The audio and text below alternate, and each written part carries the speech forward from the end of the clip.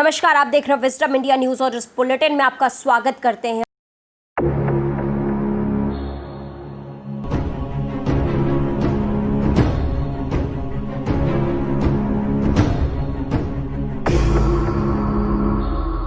पंद्रह दिन और इस तरह जिंदगी की जंग हार गई हाथरस की निर्भया।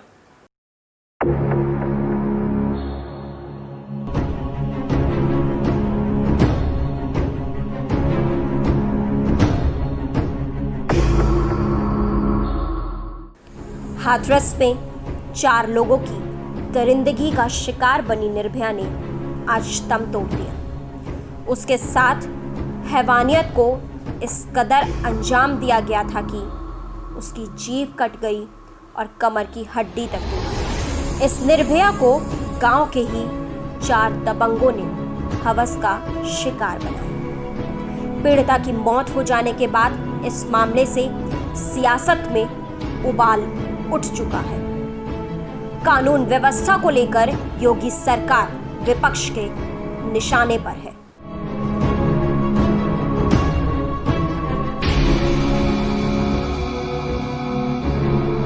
आइए अब हम आपको बताते हैं 15 दिन और जिंदगी की जंग किस तरह हाथरस के निर्भीक हार गए। बात कर लेते हैं 14 सितंबर 2020 की। सुबह के 9:30 बजे थे। हाथरस के चंदपा थाना क्षेत्र के गांव बूलगढ़ी में रहने वाली एक युवती रोज की तरह अपनी मां के साथ चारा काटने खेत पर गई थी। चारा काटने के दौरान युवती अपनी मां से कुछ दूर हो गई। वो दूसरी जगह चारा काट रही थी। कुछ पल बीते ही थे कि गांव के ही 4 दबंग युवक लड़की के पास पहुंचे और उसे दुपट्टे से खींचकर बांजरे के खेत में ले गए। वहां उन चारों ने उसके साथ जबरदस्ती की। विरोध करने पर लड़की को जमकर पीटा। मारपीट में लड़की की रीढ़ की हड्डी टूट गई और उसकी जीभ भी कट गई।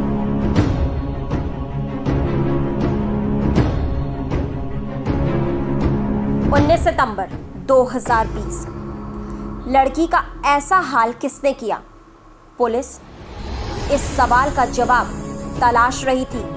तभी पुलिस को पीड़िता के पड़ोस में रहने वाले एक लड़के की सूचना मिली कि वो गायब है।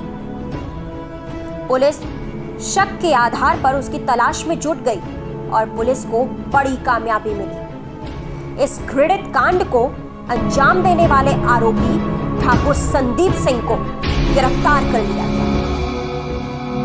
अब जिक्र 22 सितंबर 2020 का। घटना के बाद 8 दिन तक पीड़ित लड़की बेहोश रही। 22 सितंबर को लड़की होश में आई तो उसने आप बीती सुनाई। 3 अन्य आरोपियों के नाम भी पुलिस को बताएं। पुलिस हरकत में आई और पीड़ित परिवार की तहरीर पर बलात्कार की धारा भी एफआईआर के साथ जोड़ दी गई।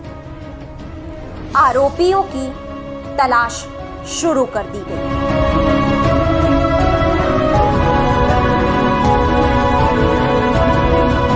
सितंबर 2020 पीड़िता ने अपने बयान में आरोपियों के बारे में बता दिया था। सभी आरोपी पीड़िता के ही गांव के थे, लिहाजा पुलिस ने उनके ठिकानों पर दबिश देना शुरू कर दिया। इसी दौरान पुलिस ने दबिश देकर लवकुश पुत्र रामवीर सिंह को गिरफ्तार कर लिया।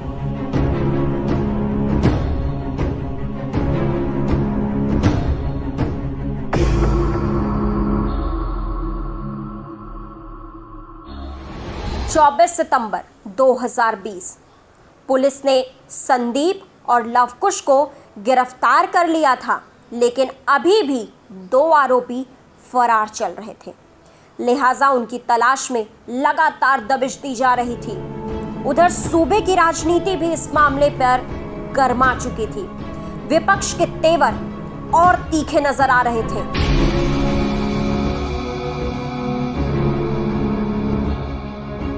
25 सितंबर 2020 पुलिस अपने मुखबिर तंत्र के सहारे आरोपियों की तलाश में जुटी थी। इसी बीच पुलिस को एक आरोपी का सुराग लगा। पुलिस ने फौरन बताए गए स्थान पर दबिश दी और एक और आरोपी रवि सिंह पुत्र अतर सिंह को धर दबोचा। लेकिन अभी भी एक आरोपी खुला घूम रहा था। पुलिस अब भी उसके पीछे।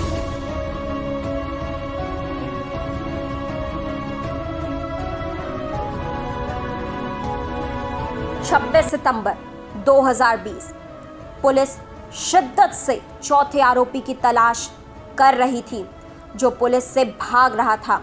वो आगे था और पुलिस लगातार पीछे थी। लगातार उसके सुराग जुटाए जा रहे थे।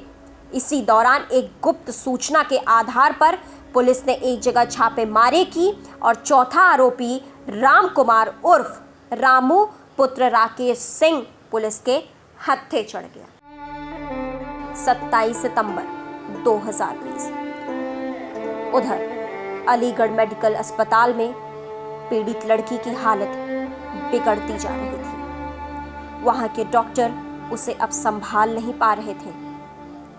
डॉक्टरों ने उसकी हालत देखने के बाद उसे रेफर करने का फैसला लिया और उसे दिल्ली के सफदरजंग अस्पताल भेज दिया गया।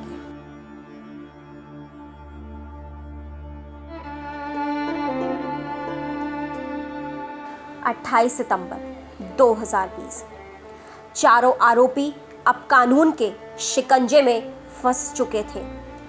पुलिस ने राहत की सांस ली, लेकिन इधर दिल्ली के सफदरजंग अस्पताल में लड़की की हालत बेहद नाजुक होती जा रही थी। उसे वेंटिलेटर पर रखा गया था।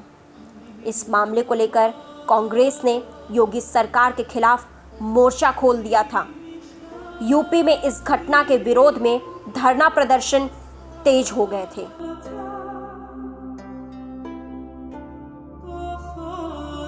उनतीस सितंबर 2020 मंगलवार की सुबह हाथरस के निर्भया जिंदगी की जंग हार गई। सुबह 6 बजे उसने दम तोड़ दिया।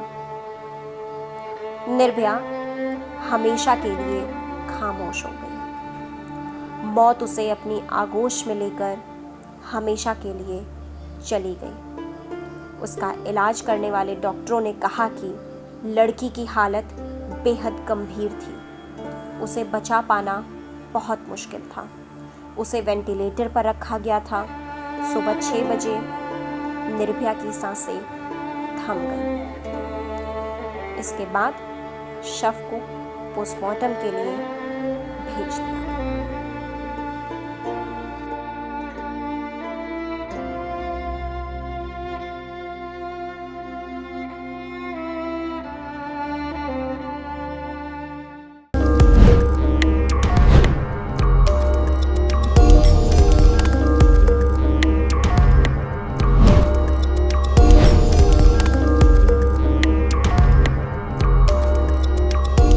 NEET 90 Special Studies Program assures you for confirmed selection in MBBS course at any government medical college. Fee is payable after selection only.